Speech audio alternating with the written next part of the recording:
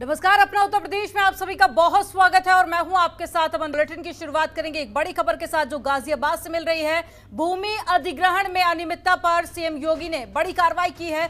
गाजियाबाद की तत्कालीन डीएम निधि केसरवानी निलंबित की गई है। आपको बता दें कि दोषियों पर एफआईआर करवाने के निर्देश भी जारी किए गए हैं। मुख्यमंत्री योगी आदित्यनाथ ने बड़ी कार्रवाई की है। एक बड़ी खबर आपको बता रहे हैं गाजियाबाद से, जहां तत्कालीन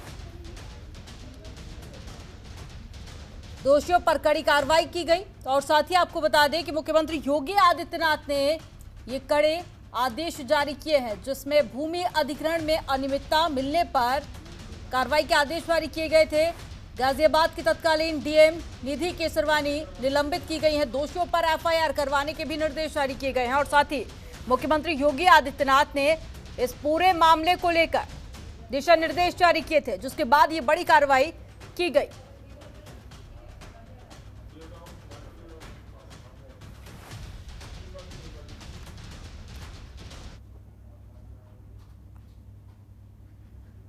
और ज्यादा जानकारी के साथ में संवाददाता अरुण चंद्रा जुड़ गए हैं। अरुण, क्या ज्यादा जानकारी है और सबसे पहले ये बताइए कि पूरा मामला क्या है? देखिए अमनदीप, ये पूरा मामला मैं आपको समझाने की कोशिश करता हूं कि जमीन अधिग्रहण घोटाले में गाजियाबाद की पूर्व डीएम सस्पेंड हुई हैं। दिल्ली मेरठ एक्सप्रेसवे पर जो किसानों से सस्ते रेट पर जमीन खरीदकर अफसरों ने अपने रिश्तेदारों को दिलवाई थी, वहीं दिल्ली मेरठ एक्सप्रेसवे कि जो भूमि अधिग्रहण में हुए घोटाले को लेकर के उत्तर प्रदेश सरकार ने आज यानी बुधवार को बड़ी कार्रवाई करते हुए गाजियाबाद की पूर्व डीएम निधि केसरवानी को सस्पेंड कर दिया है। उनके खिलाफ एफआईआर के आदेश मुख्यमंत्री कार्यालय से दे दिया गया है। निधि केसरवानी 2014 बैच की आईएएस अफसर रही हैं। फिलहाल भारत सरकार में national institute of health and family welfare में उप सचिव पर तैनात हैं। इस पूरे घोटाले में अधिकारियों ने शुरुआत में किसानों से सस्ते रेट पर जमीन खरीदी थी, फिर उसे अपने रिश्तेदारों को खरीदवा कर सरकार को कई गुना ऊंचे रेटों में बिकवा दिया गया था।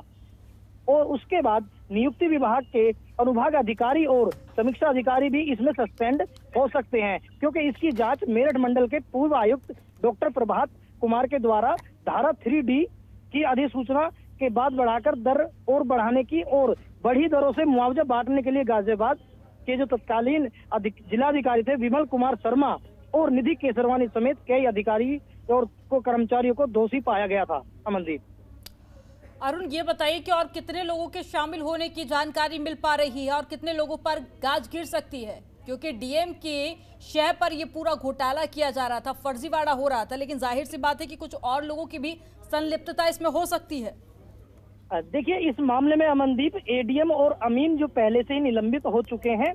वहीं अगर दूसरी बात की जाए, पूर्व कमिश्नर में जो बढ़ी देरों का मुआवजा था उसको पूर्व कमिश्नर ने गलत ठहरा दिया था, क्योंकि दिल्ली मेरठ एक्सप्रेस 82 किलोमीटर का लंबा है और 31 किलोमीटर का हिस्सा गाजियाबाद में है। तो गाजियाबाद की जो परियोजनाओं को लेकर भूमि अधिग्रहण की जो के लिए जो राष्ट्रीय राजमार्ग है अधिनियम 1956 की धारा 3A की अधिसूचना 8 अगस्त 2011 को जारी की जाती है। और इस धारा के तहत भूमि अधिग्रहण का इरादा जताया गया कि यही धारा 3D के तहत भूमि अधिग्रहण को किया जाएगा, लेकिन अधिसूचना 2012 में जारी की गई। अधिकृत की जाने वाली भूमि का अवार्ड 2013 में घोषित हुआ था। इस अवार्ड के खिलाफ गाजियाबाद के 4 गांव इसमें आते थे, कुशलिया, नाहल, डासना और रसूलपुर सिकरोड। इन किसानों ने ऑब्जेक्शन वाद दाखिल कर दिया था। तो उसके साथ साथ जितने भी अधिकारी उस समय के रहे थे, तो उनको सभी पर गाज गिरनी तय मानी जा रही है। मनदीप, पूरे मामले को लेकर आप नजर बनाए रखिएगा। तमाम जानकारी साझा करने के लिए बहुत शुक्रिया अरुण आपका।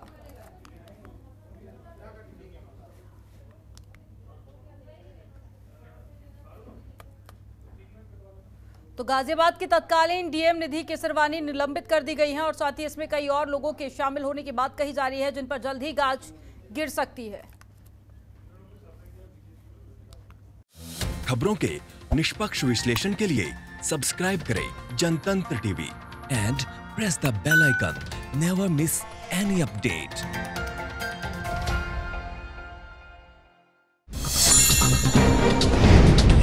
डाउनलोड कीजिए जनतंत्र टीवी ऐप को, जो कि अवेलेबल है गूगल प्ले और ऐप स्टोर पर। अधिक जानकारी के लिए अभी डाउनलोड करें।